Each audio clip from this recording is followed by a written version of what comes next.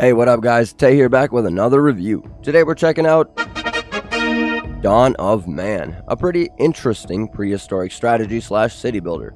Dawn of Man follows our prehistoric ancestors as they move through the ages. From the Stone Age all the way up to the Iron Age, you'll have to build up your city and population, all while trying to gather resources, hunt down food, and defend yourself from random bands of marauders and even the occasional predator that would like to make a quick lunch of your people. Let's dive right into Dawn of Man and check this game out. Like I mentioned, Dawn of Man is a prehistoric survival / city builder brought to us by Madruga Works. Madruga Works has created similar games in the past, with planet-based being its most popular. However, in this video we are focusing on Dawn of Man. So Dawn of Man takes place roughly 10,000 years ago when mankind was first budding as a civilization, and you're tasked with leading our first group of humans into the ages. Starting at the Stone Age, you'll have to work your way up through the tech tree in order to evolve your civilization into the Iron Age. Let's take a peek into some of the things the game has to offer. Starting out with a few citizens and a couple of tents, you'll have to gather, hunt, build, and research new technologies and buildings to further the development of your group. Some buildings can only be placed once the corresponding technology has been researched and unlocked. Starting out your civilization can be rather difficult. The first thing you'll need to do is find some resources.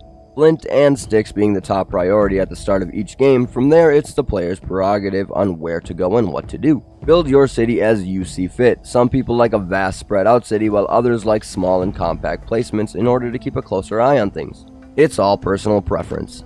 Starting at the beginning, you'll have to set up work areas. These work areas are basically a set it and forget it type of playstyle. You choose how many people you want working on that specific resource and how much of that resource is gathered, and that's it. Your people will automatically collect the resources you've chosen in that specific area until you either run out of storage space or the resource runs out.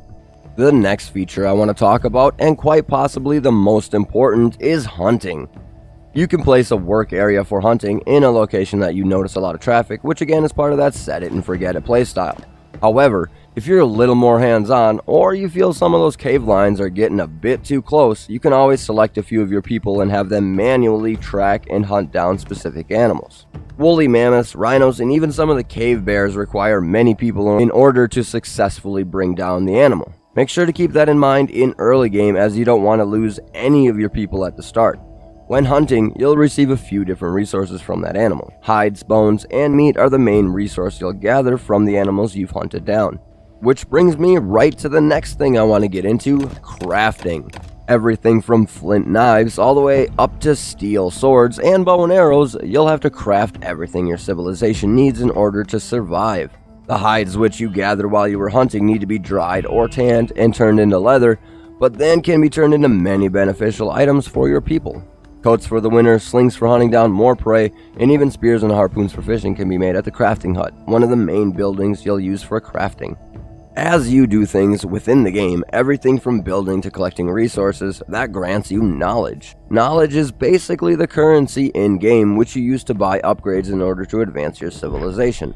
Starting in the Paleolithic Era, you'll work your way up to the Iron Age. In the Paleolithic Era, you first start to learn how to work together as a tribe, domesticate dogs, preserve foods, and even make ranged weapons. But as you start to progress through the ages, you'll discover pottery, mining, megalithic structures.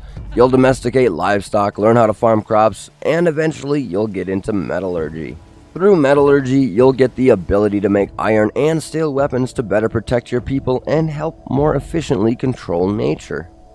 When you move into the Neolithic Era, you'll discover the ability to farm. Grains, different vegetables, and even fruit trees can be planted and harvested for your people. Later, those grains can be used to make bread, and the straw will be used to feed your livestock. When you reach the later stages of the game, farming is an incredibly important part of your development. It provides food and clothing for your people as animals to hunt become scarce. The grains and pulses that you harvest will be essential to survival in the times when hunting is slim. However, do not overextend yourself. Only plant as much as you think you'll need. Mismanaging the workload has been one of my biggest mistakes in the later stages. With too many of my citizens chopping trees, mining resources, and building new structures, not enough people were left to harvest the fields before winter set in. which set off a terrible chain reaction of starvation. Once you lose a few of your citizens, it's incredibly difficult to catch back up, so keep that in mind as you grow your cities. As you progress further through the ages, you'll be bombarded by all kinds of random events that want to wipe your city off the map. Storms, animal attacks, and of course the inevitable conflict that will arise when you encounter another group of people will test your civilization's resolve to its limits. Moving into the Metal Ages, though, grants you access to much stronger means of defending yourself.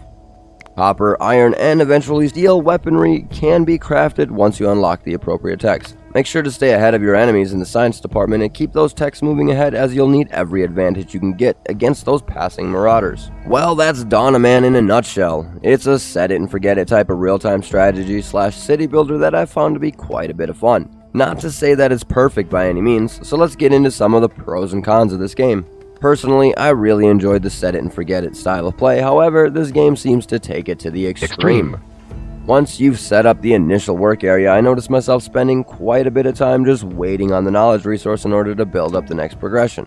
The beginning of the game is pretty satisfying, as your humble little village becomes a bustling center of activity and trade. The resources to gather and hunt are plentiful, and there's more than enough to do to keep you engaged. As you progress through the ages, though, time between upgrades slows and you tend to spend a lot of time doing nothing as you wait. Another issue I've noticed that was a bit frustrating was the AI movement mapping and prioritization. There were a few occasions where characters had wandered too far away from the village on a hunt and had starved to death because they couldn't find their way back. As for the prioritization, many of my citizens had frozen to death during harsh winters. Instead of heading to the tent and grabbing one of the many coats we had in stock, they would proceed to wander around until they turned into popsicles. So the gameplay itself was great, and the fact you can fast forward time at 8 times speed really helped those lulls in the action when you're just waiting on knowledge. All around, I found myself putting about 50 hours into this, and have yet to get to the endgame, possibly because there isn't one. It seems to be designed to be played until you're bored of it, with no actual mission or plan for the end of the game other than progressing through the ages and unlocking all of the techs, which to an extent don't really make any sense either. Some of the animals you need to unlock in order to unlock other animals is a bit strange. The pigs use a bunch of straw but only produce a little bit of food, while the sheep and goats eat much less but produce about the same amount of food when they're butchered, but while they're alive they also produce milk and wool. So basically pigs are a waste of your time altogether, which goes the same for cows and horses. With the lack of endgame and weird AI things put aside, I still found this game enjoyable. However, I don't think I would recommend it in its current state. In my opinion, it's a bit overpriced for how unpolished it is. It definitely needs work on the AI and needs an end goal to work towards. The ability to explore the rest of the massive map you play on would also be nice, but that's just a personal preference, stuff that I would like to see. Alright guys, so that was Dawn of Man. If you've made it this far through the video, I just want to say thank you very much for stopping by and hanging out with me for a little bit. You know, I'm just an asshole with an opinion that likes to talk shit to anyone who'll listen, so thank you for listening. I hope you guys found this video helpful or entertaining, and with that being said, I'm going to get back to work here. I hope you guys have a great rest of your day, and I'll catch you in the next one. Later.